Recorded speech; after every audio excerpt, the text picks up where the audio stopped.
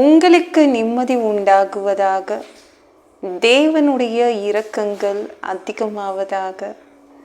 தேவன் என்ன சொல்றாங்கன்னா, ஏசாயா 54:3, நீ வலது புறத்திலும் இடது புறத்திலும் இடம் கொண்டு பெருகுவாய். நீங்கள் யார்கிட்டையாவது அட்ரஸ் கேட்டிங்கன்னா அவங்க எப்படிங்க அட்ரஸ் சொல்லுவாங்க? நீங்கள் லெஃப்ட் எடுங்க, ரைட் எடுங்க தான் சொல்லுவாங்க. யாராவது ஈஸ்ட் எடுங்க, வெஸ்ட் எடுங்க, சவுத் எடுங்க, நார்த் எடுங்கன்னு சொல்லுவாங்களா? வலது இடது பக்கம், அதுதான் நம்மளுக்கு தெரிஞ்சது இல்லை. இந்த கிழக்கு மேற்கு வடக்கு தெற்குலாம் சொன்னால் தடுமாற்றம், திசைகள் சொன்னால் தடுமாற்றம். அதான் தேவனும் சொல்லிட்டார், வலது புறத்திலும் இடது புறத்திலும் இடம் கொண்டு பெருகுவாய். ரெண்டு பக்கமும் நீங்கள் பெருகுவீங்க அப்படின்னு தேவன் சொல்கிறாங்க. புரியுமாறு சொல்கிறாரு, பெருகுவீங்க, வலது இடது பக்கம் பெருகுவீங்க அப்படின்னு நம்மளுக்கு புரிகிற மாதிரி சொல்கிறாரு.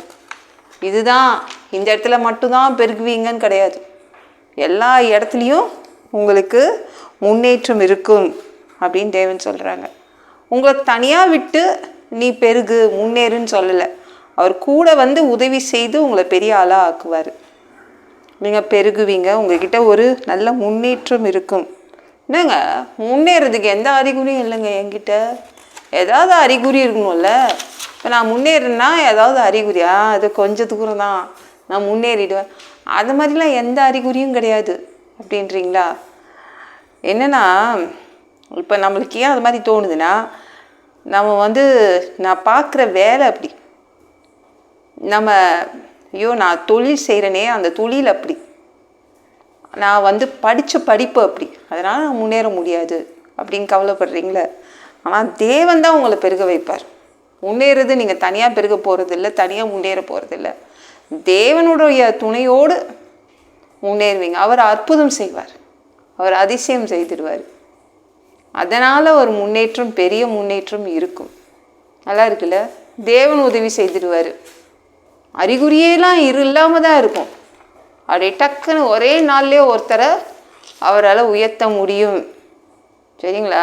இந்த யோசேப்பு அப்படின்னு ஒருத்தர் அவங்க அண்ணனுக்கு அடிமையாக விற்றுட்டாங்க. அடிமையாக இருந்தால் யாராவது முன்னேற முடியுமா? ஜெயிலில் போட்டாங்க. ஜெயிலில் இருந்தால் யாராவது முன்னேற முடியுமா? அவ்வளோதான், நம்ம கதை அவ்வளோதான் நினச்சான் யோசேப்பு. முடிஞ்சு போச்சு. அவன் மேலே ஒரு கோர்ட்டில் ஒரு கேஸ் வேறு இருந்துச்சுங்க.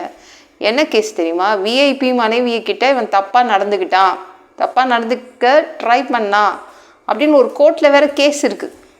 எப்படி இப்படிப்பட்ட ஒரு ஆள் முன்னேற முடியும்? ஆனால் தேவன் முன்னேற்றினாரு. அவன் வாழ்க்கையே முடிஞ்சிடுச்சுன்னு நினச்சான். அதே ஜெயிலில் வச்சு தான் அவனை முன்னேற்றினார். ஜெயிலில் தான் இருந்தான், ஜெயிலேருந்தே முன்னேறிட்டான். ஜெயிலேருந்து யாரும் முன்னேற முடியாது. அவன் எந்த படிப்பும் படிக்கலை, எந்த டிகிரியும் ஜெயிலில் உட்காந்து பட்ட படிப்புலாம் படிக்கலை, கலெக்டர் எக்ஸாம்லாம் எழுதலை, யூபிஎஸ்சிலாம் எழுதலை, எலெக்ஷனில் நிற்கலை, எதுவுமே செய்யலை. ஆனால் தேவன் என்ன பண்ணார்? ஒரு அற்புதம் செய்தார், ஒரு அதிசயம் செய்தார். அதனால் பிரைம் மினிஸ்டராக ஆயிட்டான். எகிப்து நாட்டுக்கே பிரைம் மினிஸ்டருங்க. தேவன் ஒரே நாளில் முன்னேற்றிடுவாருங்க. அற்புதம் தான், ஒரு அற்புதம் தான் செய்வார், அதிசயம்தான் செய்வார். உங்களை முன்னேற்றணும்னு அவர் நினச்சிட்டாருன்னா ஒரு அற்புதம், ஒரு அதிசயம் நடக்கும். முடிஞ்சு போச்சு, அவ்வளோதான். அப்படி சர்ன்னு முன்னேறிடுவீங்க. வலது இடதுபுறம் நீங்கள் பெருகுவீங்க. தேவன் தான் உங்ககிட்ட சொல்கிறார், நான் அதிசயம் பண்ணுவேன், அற்புதம் பண்ணுவேன்.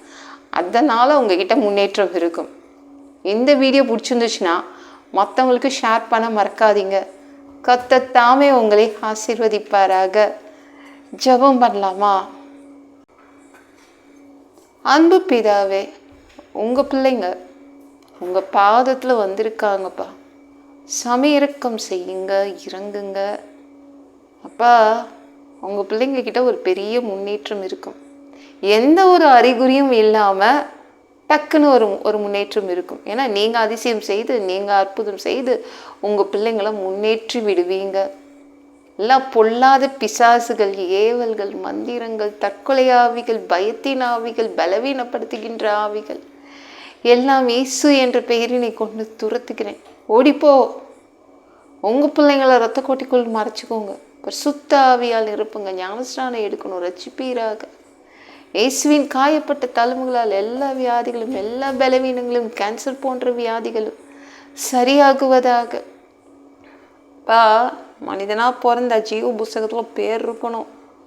அப்படி இல்லைன்னா அந்த மனிதனை பிடிச்சி நீங்க நரகத்துல தள்ளிடுவீங்க. தீ எரிகிற இடத்துல எப்படி போய் வாழ்றதுப்பா? பா, பரலோகத்துக்கு வர்றதுக்கு ஆசைப்படுறோம். அடிச்சு உதச்சி திருத்தி பரலோகத்துக்கே அனுப்பிடுங்க. கழுவுப்படாத பாவங்கள் எங்ககிட்ட இருந்துச்சுன்னா உங்கள் திரு ரத்தத்தை கொண்டு கழுவி எங்களை பரலோகத்துக்கே அனுப்பிடுங்க. சாமி உமக்கு நன்றி அப்பா. எந்த ஒரு இமைப்பொழுது நீங்கள் வருவீங்கன்னு இயேசுவை வணங்கி வணங்கி காத்துட்ருக்கோம். பரிசுத்தமாக வாழ்ந்து வாழ்ந்து காத்துட்ருக்கோம். அந்த ஒரு இமைப்பொழுதில் உங்களுக்கு ஒப்பான ஒரு உடம்பு கொடுக்கப்படும். அதை பெற்றுக்கொண்டு மதிய வாரத்தில் உங்களை சந்திக்க வருவோம். அந்த தருணத்தை இழந்துடக்கூடாதுப்பா. பரிசுத்தமாக வாழ்றது ஒரு மனிதனால் கூடாது. அதற்கும் உதவி கேட்டு தான் நிற்கிறோம்ப்பா. 7 வருடம் அந்தி கிறிஸ்து ஆட்சியில் விட்டுட்டு போயிடாதீங்க. பிசாசு நடத்தும் ஆட்சியில் விட்டுட்டு போயிடாதீங்க. 1000 வருடம் இந்த பூமியை ஆட்சி செய்வதற்காக வருவீங்க. உங்கள் ஆட்சியின் கீழ் வாழ வசிக்க ஆசைப்படுறோம். எல்லாவற்றையும் உப்பு கொடுக்குற ஏற்று முடிச்சவன் கேளும் பிதாவே. ஆமென். நாளைக்கு பார்க்கலாம்.